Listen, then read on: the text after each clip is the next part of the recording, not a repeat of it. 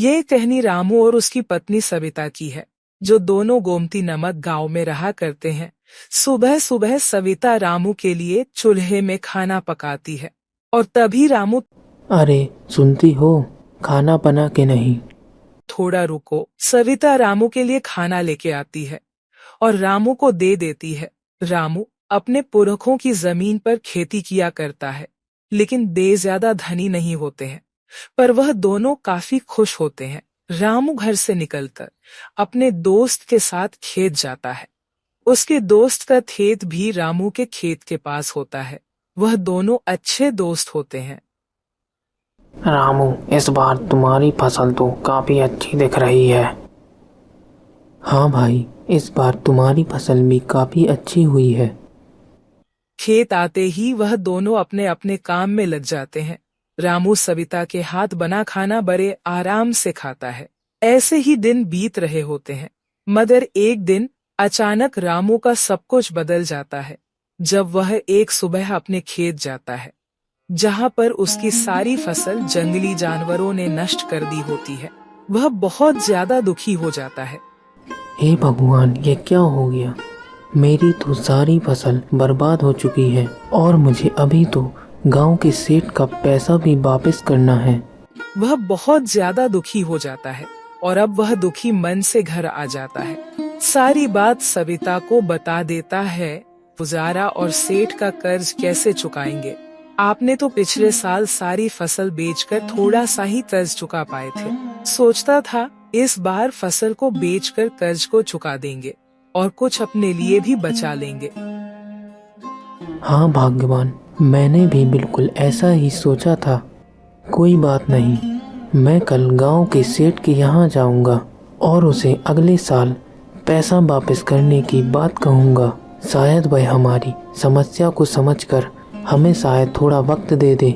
और अब अगली सुबह रामू सीधा गांव के सेठ के यहाँ पर जाता है। सेठ जी। हाँ रामू, बताओ क्या हुआ है?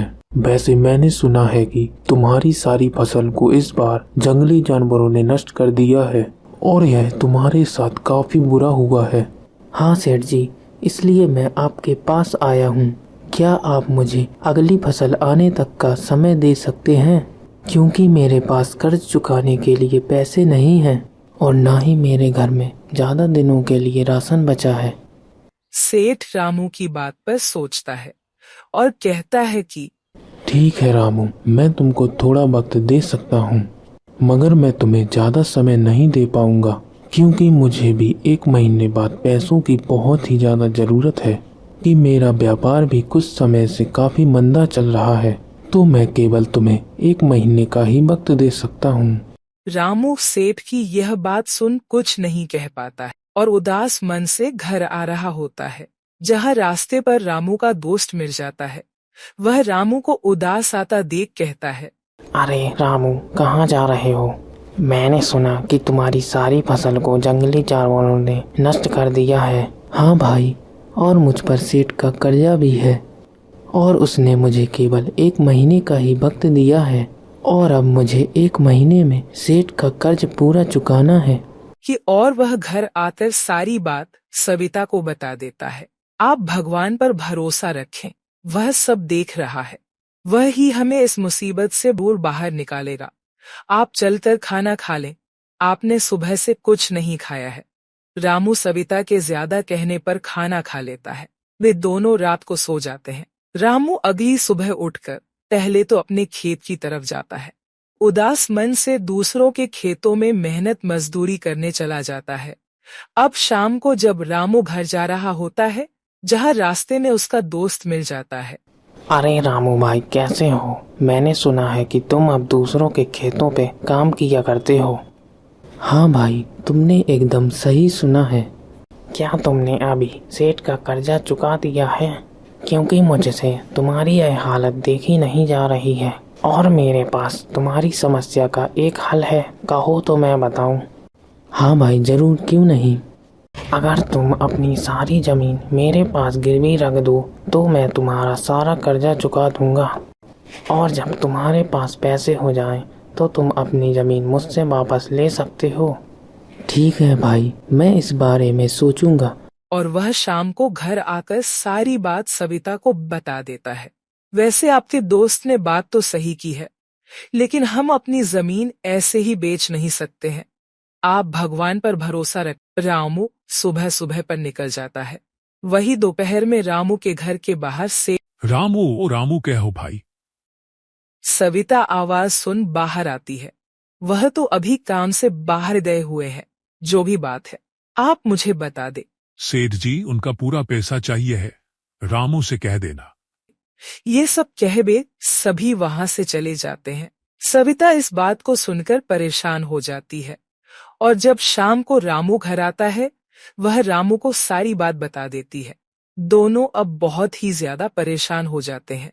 दोनों अब जमीन गिरवी रखने के लिए तैयार हो जाते हैं और अपनी सारी जमीन गिरवी रख देता है और सेठ के यहाँ जाकर उसका कर्ज चुका देता है। लेकिन अब उनके पास रोजगार का कोई भी साधन नहीं होता है। रामू बस मजदूरी कर अपने घर का खर्चा चलाता है, मगर धीरे धीरे उसकी हालत खराब होने लगते हैं। अब तो हमारे पास 2 वक्त के खाने तक के पैसे नहीं हैं और ना ही घर में कोई अनाज बचा हुआ है, और अब मैंने अपनी सारी जमीन गिरवी भी रख दी है।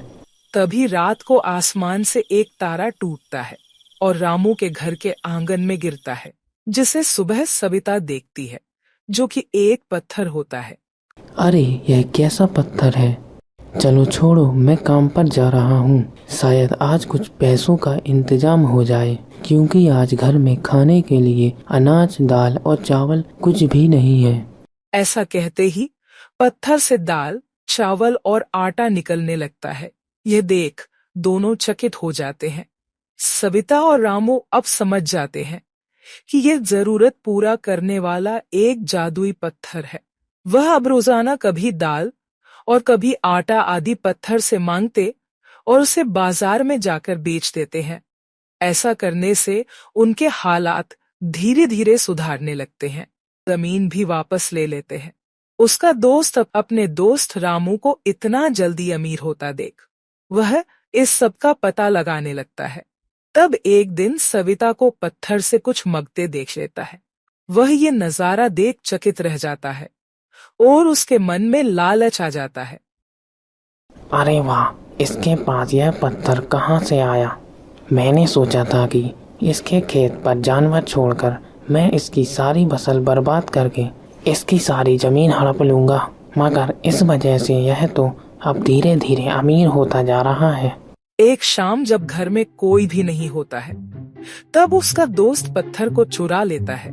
चलो अब मैं इससे कुछ मांगता हूँ। अरे ओ पत्थर, मुझे 10 अनाज की बोरियां चाहिए हैं। लेकिन अनाज निकालने की वजह उसका सारा रखा घर का अनाज गायब होने लगता है।